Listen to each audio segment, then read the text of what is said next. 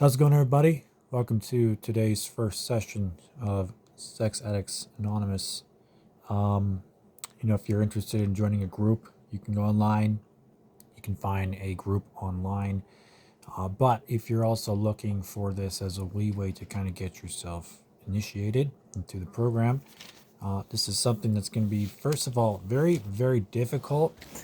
And I want you to know that this has to be a very realistic approach. It's not going to be something that you say, okay, I'm done watching, and then tomorrow everything goes out the window, and you're like you're either feeling great or you're feeling like you're too overwhelmed because this is a lot. Your addiction is going to be retaliating very heavily, especially when it comes to adult content usage. So this may be different for all those people out there who are either in a committed relationship or they aren't. If you are single, you might have to change the rules of sobriety a little bit differently for yourself versus if you're not single, you might know that sobriety is pretty straightforward with you, right? I think the one gift about being in sobriety with a committed partner is it's pretty clear, right? It's pretty clear as to what is healthy and what's unhealthy. Sometimes it's not, but what I mean by that is it's pretty clear to lay down the lines, right, of what is sobriety. And for me, when I started sobriety for myself, it wasn't necessarily the fact that I said I want to stop everything altogether. At first, I thought I wanted to do that, but I realized that was not really realistic. So I found myself getting more and more frustrated and sad, having more slip ups, and realized that this just was simply not realistic for me. So I had to come up with a realistic plan, a realistic approach on how to eventually get myself completely free from the use of adult content. And especially if you are also a sex addict, some of this, adult content can escalate to things that you probably never even thought you'd even be doing. So, the good way to start off is I would love for you to think very deeply about what is your goal? What is your end goal with sobriety when it comes to sex addiction and pornography addiction? For me, I realized that I joined a group. It was called SPAWS, called Sex and Porn Addicts Anonymous, which is a great, great group.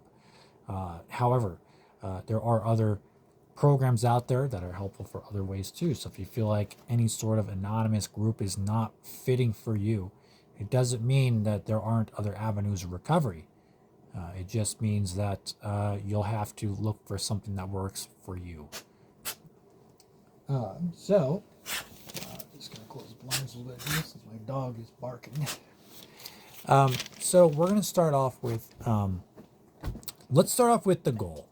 So usually you have to give yourself a pretty good realistic standard as to what that looks like and what sobriety is going to look like for you. For me, sobriety for the first 6 months is going to be extremely difficult. Right, the first week is hard. Then you get to the first week and a half, and you get to the first 2 weeks, and that gets very hard. So for me, um, you know, I had to be realistic. And the first goal that I wrote up for myself was that I completely abstain from any use of pornography on my phone or computer or any sort of electronic device. Okay. However, let's say you run into a hypersexualized image at Walmart, for instance. For example, you see a calendar, a swimsuit calendar. That's something that's out of your control, right? So if you see that, and then somehow you're still in your very early stages of recovery and you act out, well, I would say that depends on what is best for you, right? If you're worried that you might act out to images to that are hypersexualized in our common world, you're gonna have to realize that maybe that's where you got to start, right? Maybe that's where you got to start. You got to start with, try to avoid acting out to those images in public. Maybe that's where you have to start, right? And what I mean by that is you remember that image, you think about it all day, then you go home and you act out. So maybe that's where you got to start off. Maybe you got to say, okay, I got to go 2 weeks without doing that. you'll notice over time that when you see more of that sensitive content in public, it won't bother you nearly as much. But you should note that it still is a trigger in the future. But for me, my goal for the first 6 months of recovery is basically to completely abstain from pornography use on my phone, tablet, computer, or anything else like that. That is my first goal. Okay, so for the first 6 months, I'm realizing that's my first goal. Once I reach the 6 month period, I'm then going to graduate to another goal. My next goal is to abstain from excessive pleasuring of myself, either with or without arousing content. So that means to not pleasure myself to an excessive amount, right? We need to be realistic about that, right? Because if you have an ability to not know that when enough is enough and you don't know, maybe it is you start off with no masturbation or no excessive, whatever it is, you know, and that might be your goal for the next whatever, right? That might be your second goal. My third goal is to actually do the same thing. Actually, funny enough, my goal number 2, is to abstain from excessive use of pleasuring myself. And the third goal is, if I choose to get into a deep committed relationship, which I do plan on doing at some point, is to abstain from any sort of adult content, any type of outside intercourse, and personal pleasuring during a committed relationship. So those are my goals, right? My goal is to get to that point so that when I get into a committed relationship, this stuff isn't following me into my relationship, right? It's not going to cause insane amount of problems and issues, so that when I'm ready to fully be in a relationship, I can be confident that I've worked hard and long enough that I can abstain from looking at adult content, and I can abstain from excessive pleasuring of myself, and eventually get to the point where there is no pleasuring of self when I'm in a committed relationship. So that way it kind of builds a more realistic approach of what's going on. Now, here's the thing is, how do you know if you've broken your sobriety when it comes to, this type of stuff versus normal stuff? So for me, it depended on my goal, and my goal is what I consider relapse is the use of full pornography. That is basically just straight up, that is my relapse. If I am finding that I am going back to using full use of pornography, that means I have fully relapsed. That I have to restart the clock, so to speak. However, if you learned something from it, let's say you messed up, you didn't like that, and it caused you to think deeply about your slip, what you did, and you do not want to continue to use it again, it makes you maybe have a different point of view, then that actually may be helpful towards your recovery, right? Because you realize you're using the slip up as a teaching moment, right? To teach you, what did you do wrong? What did you do well? What caused you to go back into it? Blah, blah, blah. As long as you are being consistent and teaching yourself, oh, that's what happened, and that's what happened, and that's what caused me to do that, that's what caused me to be dragged back into the usage of pornography, then maybe it's good to just continue on that path. Do not fully ditch the path of recovery. Once you fully ditch the path of recovery, then that is what I call a full-on relapse, right? And usually what I like to say is, with the first 6 months of sobriety, starting on whatever day I put down, I will abstain from pulling out my phone, engaging with any sort of adult content with or without pleasuring myself. Casual pleasuring of myself, if I accidentally have a slip up or anything, with pleasuring myself, but I'm not using or pulling out my phone, right? That is my initial sobriety, right? As long as I am not using, the use of adult content, then I can say that I have actually continued on my path of recovery. To do not get extremely discouraged, because when you do have slip ups, which you will, is to understand that this does not mean it's the end of your recovery. It doesn't mean that you've lost your sobriety. What it means is it's a teaching moment to teach you more about your patterns and your cycles and your behaviors, what got you to do it, Sometimes it's just the incredible urge that you get, right? And that can be hard to ignore. But over time, that does lessen.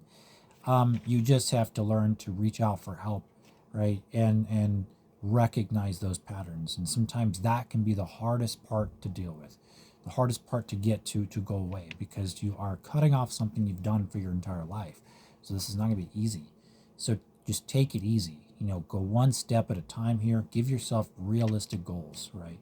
So again, like I said, for the first 6 months of my sobriety, I am completely abstaining from the use of any sort of adult content, with or without pleasuring myself. Meaning I'm just watching it. Even if I'm not pleasuring myself, I'm watching it. But even if I am pleasuring myself, it's one of the two, right? So it's basically they're creating no gray line, right? That's what it is, and I cannot do it, right? So that way I give my brain time to adjust to the fact that I am cutting this out of my life, right? If you try to do all of it at once, you try to stop all the pleasuring of self and the pornography usage. Those are two addictions in and of themselves. So it's hard to get rid of one or the other, hard to get rid of both at the same time. So you have to really look at this as more of a realistic point of view of, well, what gradually, when you started this addiction, you didn't just gradually do it all at once. You started off with the pleasuring, right? And then you found something that was pleasing to your eye, and then you matched that with something that you thought would fit your fantasy, and then after you fit that thing to your fantasy, you then paired that with your pleasuring of self. So then that's how that grew, right? So we have to look at this more appropriately and say, okay, let's just get rid of one thing first, and then we can move our way over to the hardest part, which is the actual acting out itself. However, what you will learn is that once you start to kind of remove, you set a rule for yourself and you remove the adult content, the purposeful use of adult content. Once you remove that out of your life, right, and you make a solid commitment to that, you will find less desire, especially if you're someone like me. You'll find less desire for those sexual urges. You will still receive those urges. They will be extremely strong. I'm not going to lie, because you've been feeding this for a long time. So it's going to be very, very, very, very hard. And so when you have slip ups, be patient and calm with yourself. Give yourself time. Be compassionate with yourself. Forgive yourself for the slip ups, because they may occur. Okay. But that does not mean you lose your sobriety. I think the thing that makes me sad is a lot of other sobriety groups out there say, well, if you act out and you look at this and you look at that and you act out, people say, oh, well, now I'm back to 0 and 0. It's very sad, in my opinion, because that makes people feel like this is not obtainable. And so it can make you feel, just compound the shame, right? And so it can just make you feel like this is not obtainable. And so what I've learned is your recovery starts the day you decide you want this out of your life, okay?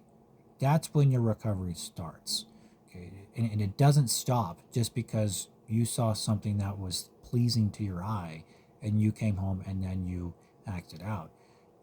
What starts that process of, what I'd say, full relapse is when you do it and you completely, you ditch your recovery plan altogether and you don't care anymore and you go right back to active addiction, right?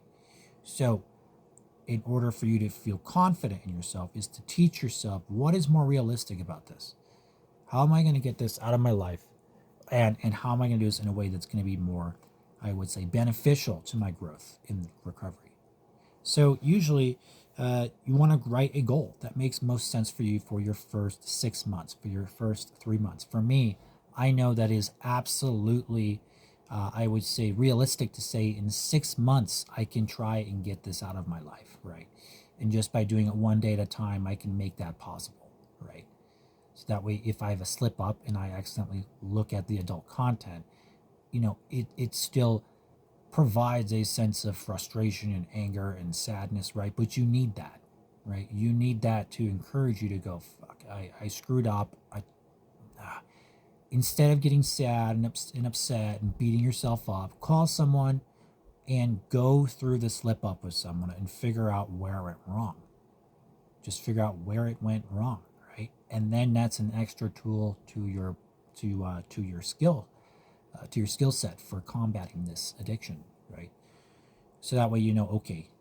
But if you give yourself plenty of time in between, right, to teach yourself to abstain from this, you might have to give yourself a more clear goal. You might have to say and start off with no adult content today, right? That might have to be your starting point. No adult content today. You reach that goal, good job, right? Next day, no adult content today, right? And if you feel like you're going to slip up, you can continue to reach out for help. Go back and look at your circles, reach out for help, journal about it. I can also post an app that's called 12 Steps that can help as well if you're into the 12-step program, if that's something that interests you. I like using the 12-step because it can also help you to reach out and talk. There's a really smart AI on there that is very private, and you can talk about all these things that memorizes all your conversations, so that way it knows all your patterns, right? And it can be very straightforward with you and tell you whether or not you're close to a slip up, or if you're doing really well, or if you're feeling grounded in your recovery. So that kind of brings me up as to how to build more goals. At first my goal was to be able to not do it for a week, to not look at adult content for a week. And that was incredibly difficult. That was the first goal maybe I had to write for myself, right? And then I realized, oh my gosh, I went a full week without looking at adult content. And you realize, holy smokes, it's possible, right? And then you start to increase those goals, right? You start to increase the bar a little bit more and more as you go further along in this. So then eventually you can get to the final goal, which is to be completely abstinent from pornography usage, adult content usage, or anything that is satisfying your sexual drive, right? Your sexual addiction, your sexual drive, in a very selfish way. And so for me, my full point of recovery is to no longer have the satisfaction through adult content, to no longer want to use it, to no longer have the feeling or desire to use it, and to also be fully abstinent from excessive pleasuring of self, as well as eventually no pleasuring of self to any extent when in a committed relationship. So as you can see, this is a very, very realistic thing, very realistic plan, right? Instead of just coming into this blindly and not knowing how to do this. So now that you have that idea, what we need to do, once you have your goals written down, we're going to look over basically how to write your circle plan. Circle plan meaning you have a inner circle, a middle circle that goes around that, then you have a larger circle, the outer circle, which is all your good stuff. The outer circle is all the things you're doing really well in your recovery. Outer circle meaning that you are in recovery practice. You're calling someone, either an accountability partner in recovery, or you're calling someone who has more experience in recovery. I'd highly recommend you get a quote unquote sponsor or someone who can walk you through this, perhaps maybe a therapist. So calling anybody in the program, in the recovery group, right? Going to meetings, right? If you want to go to meetings, you can go to Alcoholics Anonymous meetings. You can substitute that for your sex addiction meeting, or if you have any Sex Addicts Anonymous meeting groups, you can go there. Or if you have addiction groups and counseling meetings, you can go to that as well. I'd recommend you go to a meeting at least once a day to give your brain some time to really adjust to this new lifestyle that you're choosing. Okay? You can also make sure you're doing journaling. This is all the things I'm doing in my inner circles, or in my circle plan, so that I know when I'm doing well and when I'm starting to steer away from my recovery. So then I move on to physical things like going on my walks with my dog, taking my dog out to play, cleaning the house, doing chores, right? Getting things done around the house, hiking and fishing, learning a new hobby, maybe working out at the gym and taking a nice stress relief shower, or just doing something like a massage, right? A healthy massage, right? That might help to kind of get you balanced again. Okay. And then you can start working on relationships. This is all still outer circle stuff. Relationships meaning I check in with my family, I spend time with maybe my higher power. If you have a deep spiritual belief, you can spend time with maybe perhaps God or whoever, you feel is helping you through this journey. A lot of people might say this is also a spiritual malady, which I agree and I disagree at the same time. So that depends on your point of view. I like to visit friends and family, spend time with them, call them, right? I also may spend time with my recovering community, my relationship with my community. I might have someone come over from the recovering community. We can go over our work, right? And then doing service to others. That's another way to increase my relationships. Mental self-awareness, service mindset, honesty, patience, willing, hopefulness, a lot of good virtues you'll learn as you go into this recovery process. To be really forgiving for yourself during this whole process and be patient. The more you practice this recovery, you're going to gain more mental attributes that you are probably not aware of at that time. Now, the middle circle is stuff you do that is starting to basically push you back into where you're going to notice you're kind of floating away from your recovery. These are basically warning signs, like the warning lights that are going off on your car when you're driving, right? The check engine light goes on, the let's say the seatbelt sign goes off, the airbag light goes off. It's stuff like that, warning lights that are telling you, we're getting ourselves into some trouble. Okay. Once we get to that situation, when you understand what your middle circle is, for me, it's laziness, obsessive thoughts, isolation, not wanting to be around people, going on the internet, pressing on a bunch of clickbaits, objectifying women either in person or on the internet, or maybe somewhere on a catalog. And then for me, spending too long in the bathroom, not following my recovery routine, right? Taking too long of a shower, spending too long in the internet. And then obviously you can highlight which ones are starting to get from okay to mid danger to really danger. Yellow, I highlighted basically public sexualized content, meaning maybe at Walmart you see a swimsuit calendar, something like that, or you see a male figure, very fit male figure.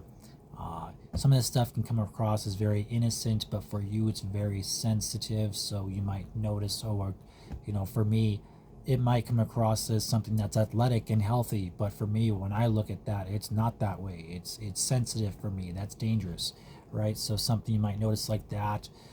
Increased amount of time. Maybe your urges are really increasing. Complacency for me, not caring as much about my recovery. Looking at softcore content, euphoric recalls of past partners, or maybe my past favorite videos I used to watch.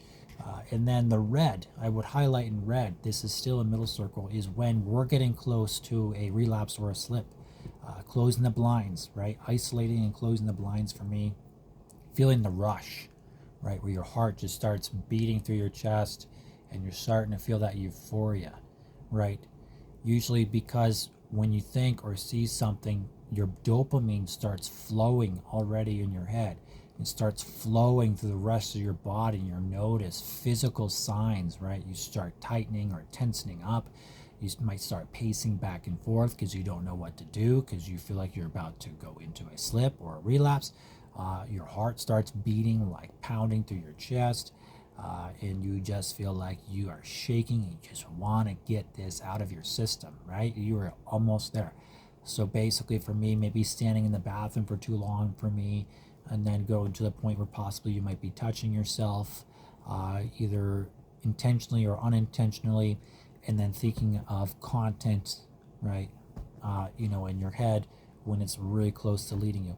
The inner circle for me was looking at escort websites, excessive pleasuring of oneself, watching hours of adult content, going on dating sites, adult dating sites and regular dating sites, reminiscing or thinking and acting out to old exes, and then having pleasure in public, buying content, spending time on chat rooms, adult dating sites, like I said, maybe looking up images on Google Images, creeping on people in public, maybe how about even intercourse outside of a committed relationship, objectifying your partner, and of course other things that make you realize that you are in a full uh, inner circle mode. Inner circles where you are absolutely just going bonkers and you are back in addiction. You're doing everything that you used to do during your addiction. Now, if you have a slip up and you notice that you might, have this, again, like I said, be realistic with yourself, okay? Set a goal that is realistic for you. If you need help finding and setting up a goal, you can always contact me and we can set up a way to chat and we can figure out a way to set this up. So maybe it's a little more easily obtainable for you. Again, one of the biggest ways I stay sober from this stuff is actually by helping other people. It's not by trying to get money from people, because my recovery is the most important thing in my life at this point. And you know, when I'm in full recovery, it means I genuinely care about other people and their recovery, which means I'm not trying to get extra money out of you. The whole reason we are addicts is because we've come to a point where we are completely broke. We don't have money for all this stuff because we've spent it all on our addiction, and it's so sad that we are being taken advantage of. So if you want help setting up an inner circle, you want help setting up goals for yourself, for your own understanding of sobriety when it comes to sex and pornography or adult content usage addiction, is don't be afraid to reach out for help, and hopefully this will help you in your journey, or maybe just get you kind of kick-started in your journey of recovery from this terrible, terrible addiction that is taking over the world.